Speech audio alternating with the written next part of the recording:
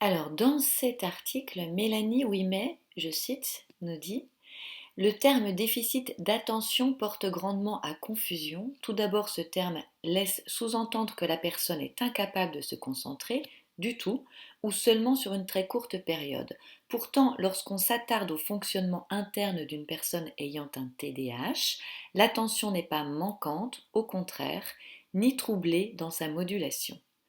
Il n'y a pas qu'une seule unique et bonne manière de se concentrer.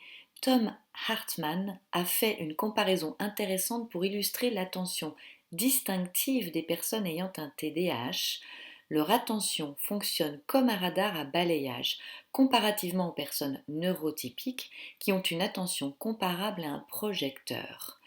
Ainsi, l'observation de l'environnement d'un objet ou d'une image se fait point par point.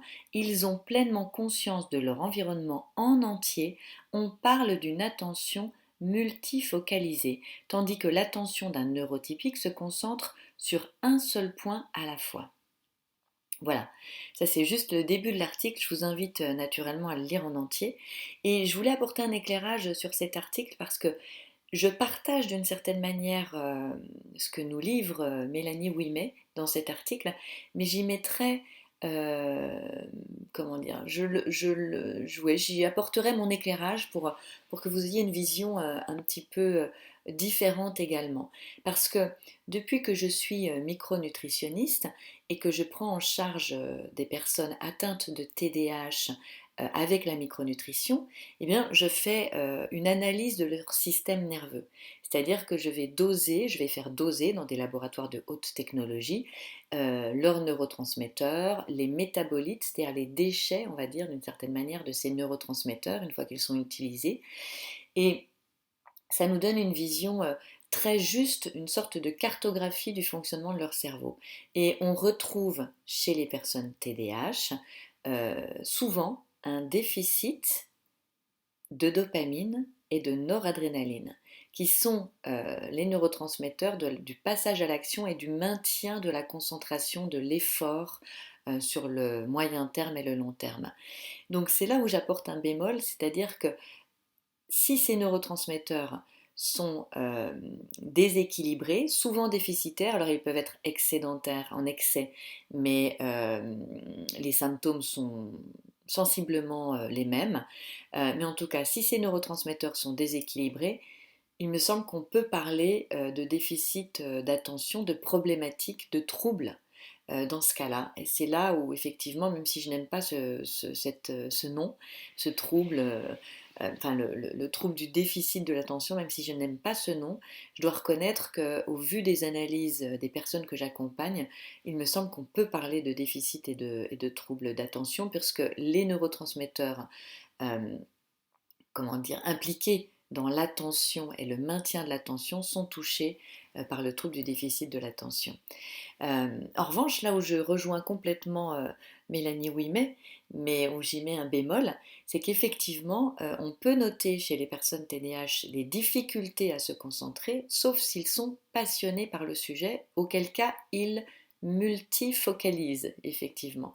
Ils focalisent complètement, ils hyper-focalisent plutôt, ce serait plus juste de dire hyper-focaliser. Et ce qui est certain, c'est que je pense que ce dont parle Mélanie Ouimet, c'est-à-dire cette multifocalisation en plusieurs points, dans tous les points du tableau, plutôt que comme l'effet d'un projecteur sur un point, euh, eh bien je pense que cette multifocalisation, elle est une conséquence des problématiques d'attention. C'est-à-dire que puisqu'on n'arrive pas à se concentrer sur un point, eh bien on voit tout, on ne priorise pas en fait. Quand on est TDAH, on ne priorise pas, on n'arrive pas à trier l'information. Donc on prend toute l'information. Donc on va voir tous les points du tableau, contrairement à un neurotypique qui va focaliser sur un point. Donc il me semble, c'est juste là, le petit bémol que j'ai, alors c'est ma vision, hein, ça n'implique que moi, ça n'engage que moi, mais il me semble, d'après mon expérience et les analyses des personnes que j'accompagne et leurs symptômes et ce qu'elles partagent avec moi sur ce qu'elles vivent et ressentent, que je dirais plus que c'est une conséquence, c'est-à-dire que, et c'est en quoi d'ailleurs je dis que le cerveau d'une personne TDAH est un cerveau qui a des difficultés et qui a développé des talents par ailleurs. Et je pense que cette multifocalisation, c'est un des talents, quelque part, une conséquence des problématiques d'attention. Parce que c'est aussi un avantage, effectivement, de pouvoir voir chaque point d'un tableau, de pouvoir hyper focaliser, parce que ça donne des personnes très créatives qui voient des choses que d'autres ne voient pas et qui vont avoir une vision très créative euh, au sein de l'entreprise ou de l'école, voilà, qui ont vraiment des choses à apporter. Mais c'était le petit bémol que j'avais envie d'apporter à cet article. Merci encore Mélanie Ouimet, ça a été du coup l'occasion pour moi d'apporter une vision complémentaire, je dirais, à celle que vous nous exposez dans cet article. À très bientôt, au revoir.